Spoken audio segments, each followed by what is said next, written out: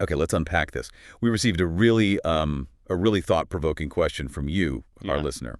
It's about something in the UK's approach to asylum seekers that, well, as you put it, just doesn't quite add up. Hmm. You asked, could the UK solve the high cost of housing asylum seekers by simply speeding up application processing? So those who don't qualify are deported, and those who do can start working and contributing. Right. Or, you continued, is there a deeper, perhaps more politically charged agenda at play, an orchestrated plot to create an excuse to leave the European Convention on Human Rights? It definitely feels like something doesn't quite add up. And what's fascinating about that question, is how it really slices right through the debate. It highlights this huge tension between, let's say, a pragmatic desire for efficiency on one hand, Yeah, and this more skeptical view, this idea of a hidden, maybe political agenda on the other. We've got a lot of material today that speaks directly to both sides of that. absolutely. And our mission for this deep dive, really, is to pull out the key insights from all these different sources we've looked at. We've got parliamentary debates, government reports, analysis from groups like Refugee Action, the Institute for Government, even some academic research on translation. Quite a mix. Yeah, exactly. We want to help you understand what's really going on behind the headlines. We'll explore the, frankly, staggering financial costs, the solutions being proposed, and these underlying arguments about human rights versus the practicalities of the system. It's a complex picture. Definitely. So to really get a handle on this, I think we have to start with the money, the sheer scale of the financial challenge. We're talking billions of pounds here. Yes, and it's worth pausing on those numbers. Our sources show that back in 2022, the Home Office spent something like £2.4 billion of official development assistance, that's ODA, the UK's foreign aid budget, Right. spent within the UK on asylum. And get this, 1.86 billion of that was specifically for hotel accommodation for asylum seekers and refugees. Wow. 1.86 billion just on hotels. That's incredible. And it seems to be going up, right? We also saw figures showing the total cost for supporting refugees within the UK hit an estimated 3.7 billion in 2022, That's right, 3.7 billion. which, to put it in context, was 29% of the UK's entire aid spending that year, double the average of other similar wealthy nations. And quite remarkably, the government actually rejected a recommendation to put a cap on that proportion. Which leads directly to the question, why? Why are these costs so incredibly high? Our sources point to a few converging factors. I mean, globally, we're seeing unprecedented numbers of forcibly displaced people. Yeah, the numbers are huge. We're talking 107.5 million in 2023. That's up from around 26 million at the start of the 2010s, a massive jump. And that kind of unpredictability makes it extremely difficult for any government, to forecast demand accurately and plan resources. And that global picture is mirrored here in the UK, isn't it? We're seeing record arrivals. The first half of 2025 saw a record number of people arriving on small boats, higher than the same time last year. And we keep hearing about the asylum system being tested by record high asylum claims this year.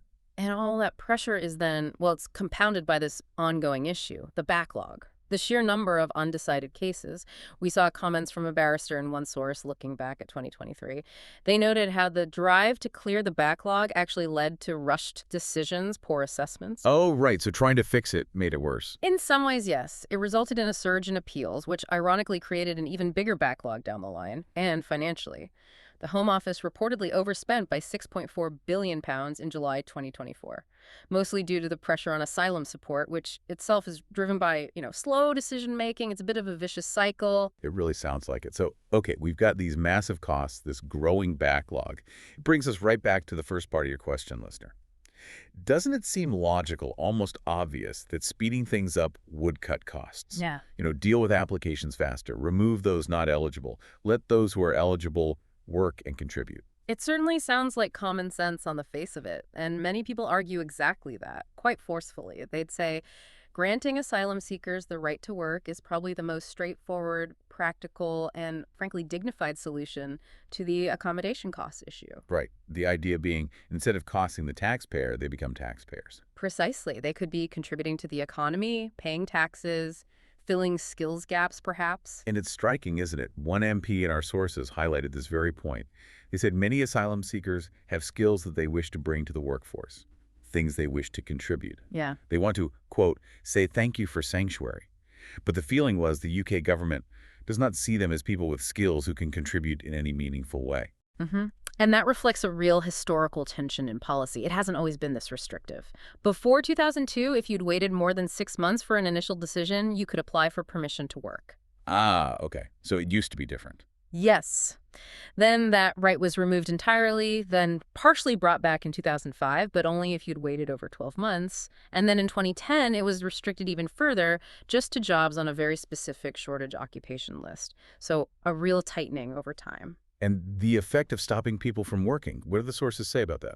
Well, they suggest it forces people into essentially deprivation, Hmm. which somewhat ironically then increases the demand for that expensive state support we talked about, things like housing, basic Yeah. subsistence, what's often called Section 95 support under the law. The state ends up paying anyway. Right, so you're paying for support instead of enabling people to support themselves. Exactly. And the Migration Advisory Committee found these long spells of unemployment, they hinder integration, they damage future job prospects, so you create more long-term costs down the road. Plus, the impact on well-being is severe. There was that quote. Yes, the parliamentary contributor who mentioned someone saying, "The longer you are in here, you turn into a person you don't know." And the contributor added, "How incredibly sad it is that the UK government see fit to treat people in that way really brings home the human cost." It really does. So if allowing people to work seems, so pragmatic to some, what's the holdup? What's the main counterargument in Parliament? Well, this is where you hit a fundamental disagreement, a real political divide. While some MPs strongly advocate for letting asylum seekers work, others disagree fundamentally. It's just not their policy, as one source puts it. Okay. Their focus, their stated argument, is about being much tougher on those who do not use safe and legal routes, because, in their view, they have no legitimate case. And the priority for them is removal as soon as possible. It's a very different perspective. That clarifies the political resistance. But, Yeah. okay, even with that divide, the government has said it wants to speed up processing, right? Our sources mentioned some efforts, like in Ireland, where rejection rates went up significantly 80% in 2025, apparently. Yes, and in the UK, there was that plan announced to tackle the backlog for specific nationalities. People from 5 countries with historically high acceptance rates were given, I think it was 20 days, to fill out a questionnaire instead of having a full interview. A questionnaire instead of an interview. Yes, but here's the catch, and it's a big one flagged by groups like Refugee Action.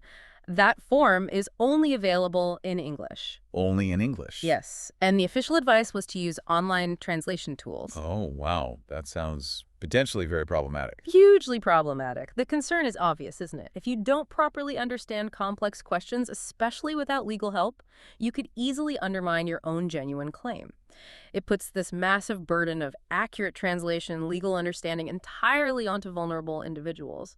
Yeah, I can see how that would be a major issue. And it connects directly, doesn't it, to the second part of our listener's question, the more provocative part.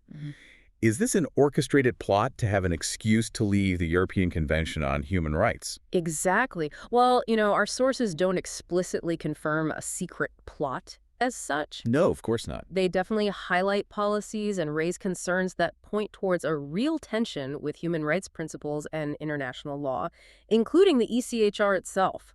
So if these policies raise such serious concerns, why implement them? What's the thinking behind it? Well, a key idea that comes up repeatedly in the sources is something called the pull factor orthodoxy. It's this belief, held quite strongly by some policymakers, that making the UK less attractive by restricting access, worsening conditions, limiting rights, will deter people from coming here in the first place. The deterrence argument. Okay. And what does the evidence actually say about whether that works? Well, sources from the Institute for Government are pretty clear on this. They say there's little evidence to back it up. In fact, they argue deterrence measures are far from the most influential motivation for why people seek asylum where they do. So what are the main drivers, according to them? It's mostly push factors, war, persecution back home, plus things like social networks, family links, shared language, existing communities here. Those are the real pulls.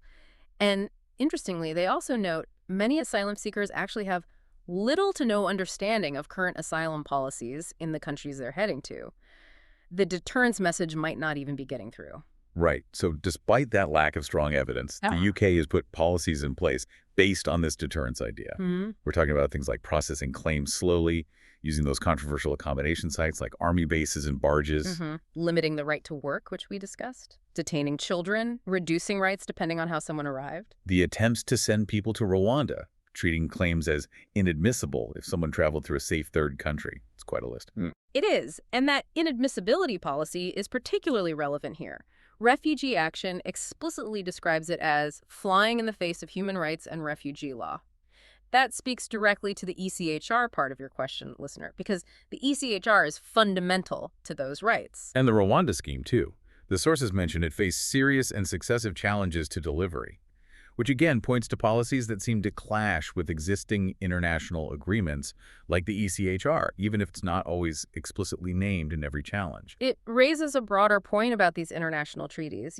Being part of them can facilitate cooperation, which is helpful. But it also means accepting limits on the kinds of policies you can adopt. So if a government wants to push policies that might contradict those agreements, it inevitably creates friction. And leaving those agreements, well, it might remove those constraints, but it also hinders cooperation. Let's bring in that academic research on translation again, because it shines a light on the human impact here. One paper talked about the unspoken struggles of women, asylum seekers in particular, facing a system described as structurally hostile, especially with this move towards questionnaires and relying on machine translation. Absolutely. That research highlighted really serious issues. High digital exclusion. Not everyone has easy access to or familiarity with online tools. Right. A dependence on what they called linguistic charity, relying on informal, perhaps unreliable, help with translation, and a real risk of their stories being manipulated or losing their authentic voice in the process. So it shifts the burden entirely onto the individual. Precisely. It shifts the burden of making yourself understood across language and cultural barriers from the state, which arguably has a duty to ensure fair process onto the vulnerable person. And that, you could argue, is an erosion of the fundamental human right to be properly heard. The study really stressed upholding practices that amplify voices, not silence them. So putting all these pieces together, what are we looking at? We've got massive costs driving a desire for efficiency. But the methods used seem based on questionable evidence, like the deterrence theory, and raise serious human rights concerns, like the translation issue or the admissibility rules. It feels contradictory. It does feel contradictory, and maybe the problem isn't just about money versus ethics and isolation. Several sources suggest a really disjointed approach within government, different departments, different priorities, leading to incoherence. How so?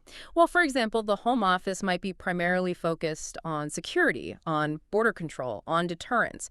They might not see the integration or the vulnerability of asylum seekers as their core remit, but that then creates knock-on problems for, say, local authorities who end up dealing with rising homelessness among newly recognized refugees who haven't been supported into work or housing. Ah, right. We saw those figures, didn't we? Refugees presenting as homeless soaring. Exactly. From around 920 households in mid-2023 to over 5,100 by the end of the year, it shows a lack of joined-up thinking. The costs just get shifted, not solved. So it really sounds like these different goals, saving money, sending political messages, upholding human rights, are constantly pulling in different directions, creating a system that's not only incredibly expensive, but also, for many involved, deeply flawed and distressing. Which does make you wonder, doesn't it? Could more transparency, a more evidence-led approach help bridge some of these gaps? We saw the ICII, the Independent Commission for Aid Impact, critiquing the Home Office for poor management of asylum contracts and for using generous interpretations of what counts as aid, potentially over-reporting how much was being spent effectively. That suggests oversight issues, too. Well, this has been a really illuminating deep dive. It's such a complex issue and often quite distressing to look into. It's crystal clear that the original question, can the UK just speed up processing to solve the cost issue? Well, the answer is far from a simple yes or no. Indeed. We've seen strong arguments for the benefits, economic and human, of letting people work sooner. But we've also seen deep criticisms of methods being used, like the English-only questionnaires or the admissibility rules, precisely because they clash with human rights principles. And that idea, that listeners' question about an orchestrated plot to leave the ECHR, it really captures that core tension, doesn't it? While, again, no source confirms a specific plot, the nature of some policies for Rwanda, inadmissibility certainly shows a willingness to test, maybe even break, the boundaries of international legal frameworks like the Convention. I think ultimately the picture painted by our sources is one where the stated aim of efficiency and saving money is being pursued through methods that often seem inefficient in practice.